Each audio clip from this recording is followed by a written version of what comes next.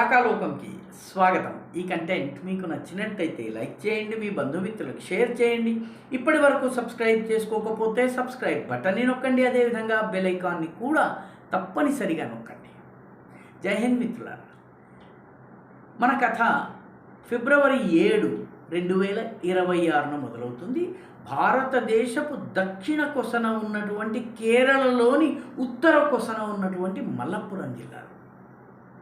మలప్పురం జిల్లాలో ఒక లారీ వెళ్తుంటే పోలీసులు ఎందుకో సోదా చేయడం కోసం ఆపారు.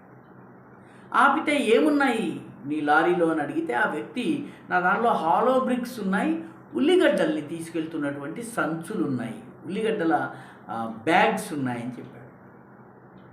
పోలీసులకి ఏదో అసహజంగా అనిపించింది. ఉల్లిగడ్డలు, హాలో బ్రిక్స్, ఈ రెండు కాంబినేషన్ ఎందుకో సెట్ కాలేదు అనే అనుమానం వచ్చి హాలో బ్రిక్స్ని దింపారు, సోదా చేశారు. ఉల్లిపాయల సంచులు ఏవైతే ఉన్నాయో వాటిని తెరిచారు. తెరిచేటప్పటికి అందులో డబ్బాలు కనిపించాయి. ఉల్లిపాయలకు బదులు డబ్బాలు కనిపించాయి, ప్యాకెట్స్ కనిపించాయి. ప్యాకెట్స్ని తీసి చూసేసరికి పోలీసుల కళ్ళు బైర్లు కమ్మాయి. ఎందుకంటే అందులో జెలటిన్ స్టిక్స్ ఉన్నాయి.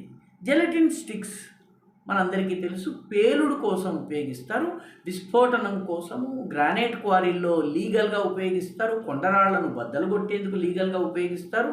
పోలీసుల అనుమతితో కొని తీసుకొచ్చి స్టాక్ చేసి దానిని పోలీసులకు తెలియబరిచి, సంబంధిత అధికారులకు తెలియబరిచి లీగల్గా అమ్మకాలు చేసి వాటిని కొనుగోలు చేస్తారు.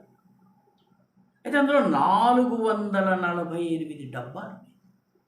448 డబ్బాల్లో లెక్క పెట్టేసరికి 89,000 జిలెటిన్ స్టిక్స్ ఉన్నాయి.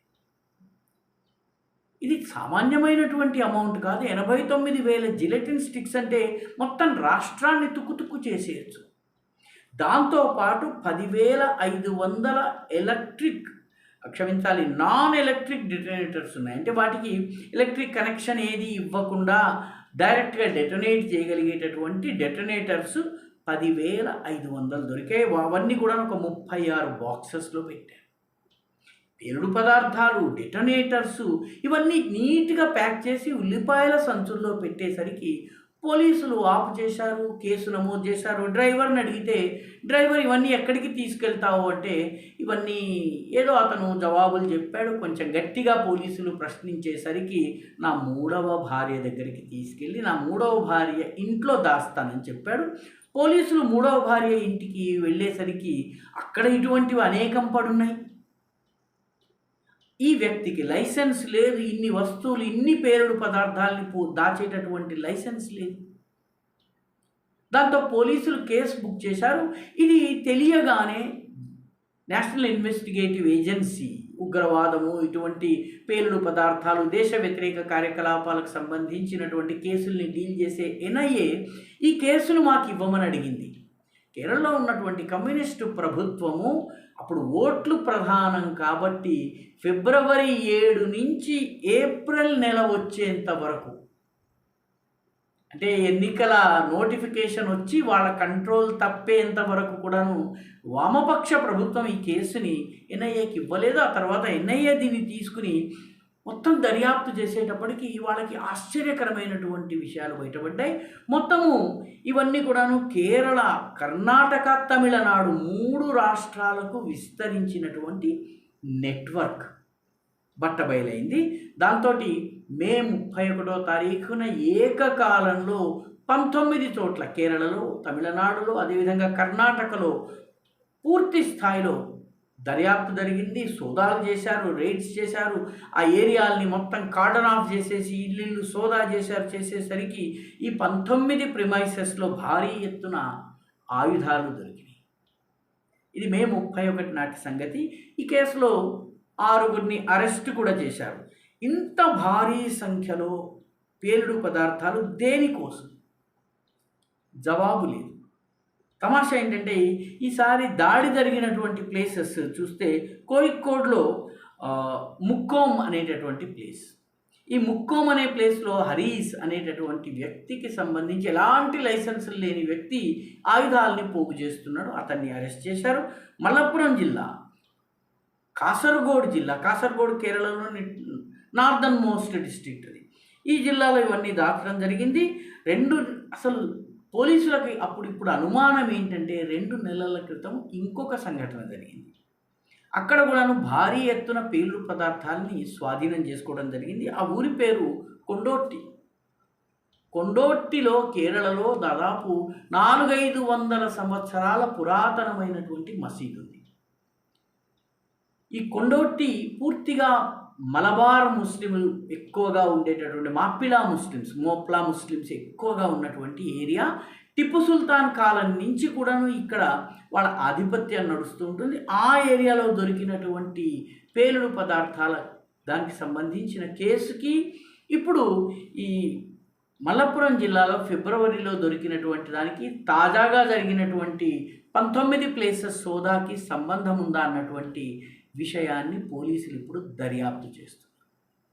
కేరళ ఈ దేశానికి అత్యంత అధిక సంఖ్యలో ఇస్లామిక్ ఉగ్రవాదులను ఇచ్చిన రాష్ట్రం.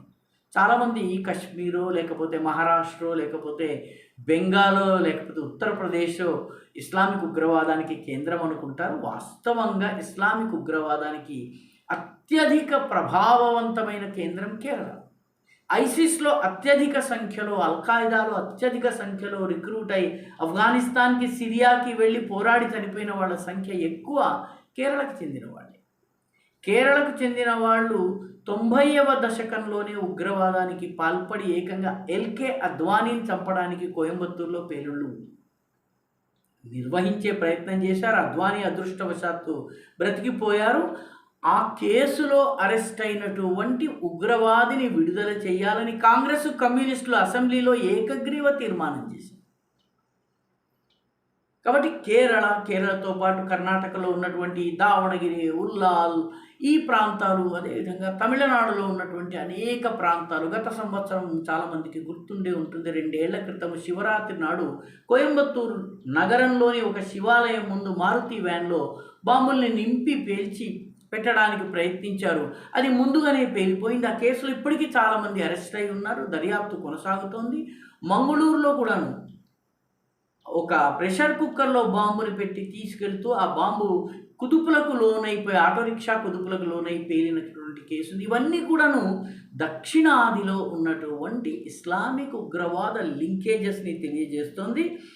ఈ కేసుల్లో సేలంలో ఉన్నటువంటి వాళ్ళని అరెస్ట్ చేశారు. అదేవిధంగా చిత్రక్కల్ అనేటటువంటి చోట ఉన్నటువంటి ఒక గ్రానైట్ ఫ్యాక్టరీని నడిపే సాజీ అనే వ్యక్తిని కూడా అరెస్ట్ చేశారు. అతను కూడా ఈ మొత్తం కేసులో ఉన్నారంటే కేరళలో, తమిళనాడులో, కర్ణాటకలోని తీర ప్రాంతాలు ఉల్లాల్, భత్కల్ ఈ ప్రాంతాలు ఏవైతే ఉన్నాయో ఈ మొత్తం ప్రాంతంలో ఇస్లామిక్ ఉగ్రవాదం యొక్క నెట్వర్క్ ఎంత యాక్టివ్గా పనిచేస్తుందో ఈ మే 31న జరిగినటువంటి దాడులు తెలియజేస్తుంది. నిజానికి భత్కల్ తీర ప్రాంతపు పట్టణము, ఈ భత్కల్ పట్టణానికి చెందినటువంటి వాళ్ళే ఇండియన్ ముజాహిదీన్కి నాయకత్వం వహించినటువంటి రియాజ్ భట్కల్ వంటి ఈ భత్కల్ సోదరులు 3, అందులో ఒకడు పాకిస్తాన్లో ఉన్నారు, కొందరు జైళ్లలో ఉన్నారు. మొత్తానికి ఇండియన్ ముజాహిదీన్ యొక్క నాయకత్వం భత్కల్ నుంచి వచ్చింది. కాబట్టి ఈ ఉగ్రవాద ప్రయత్నాలు ఏ రకంగా జరుగుతున్నాయి దేశంలో? ఉత్తరాదిన 2900 కిలోల అమోనియం నైట్రేట్ని ఒక మెడికల్ కాలేజీ, ఒక యూనివర్సిటీ, అల్ఫలా యూనివర్సిటీ యొక్క మెడికల్ కాలేజీలో పాఠాలు చెప్పే డాక్టర్ల ఇంట్లో దాచారు. ఇటీవల తాజాగా కూడా ఉత్తరప్రదేశ్లో, రాజస్థాన్లో, పంజాబ్లో స్పైయింగ్ కేసులో పాకిస్తాన్కి చెందినటువంటి మాఫియా డాన్లతో సంబంధాలు పెట్టుకుని ఏ రకంగా భారీ నెట్వర్క్లు బిల్డ్ చేశారో తెలుసు. నిన్నగాక మొన్న 9 మంది ఐఎస్ఐ ఏజెంట్లని ఉత్తరప్రదేశ్లో, రాజస్థాన్లో, మహారాష్ట్రలో, గుజరాత్లో అరెస్ట్ చేయడం జరిగింది. ఇప్పుడు తాజాగా కేరళలో కూడా ఇలాంటి భారీ దేశ వ్యతిరేక, భారత వ్యతిరేక ఉగ్రవాద కుట్ర భగ్నమైంది.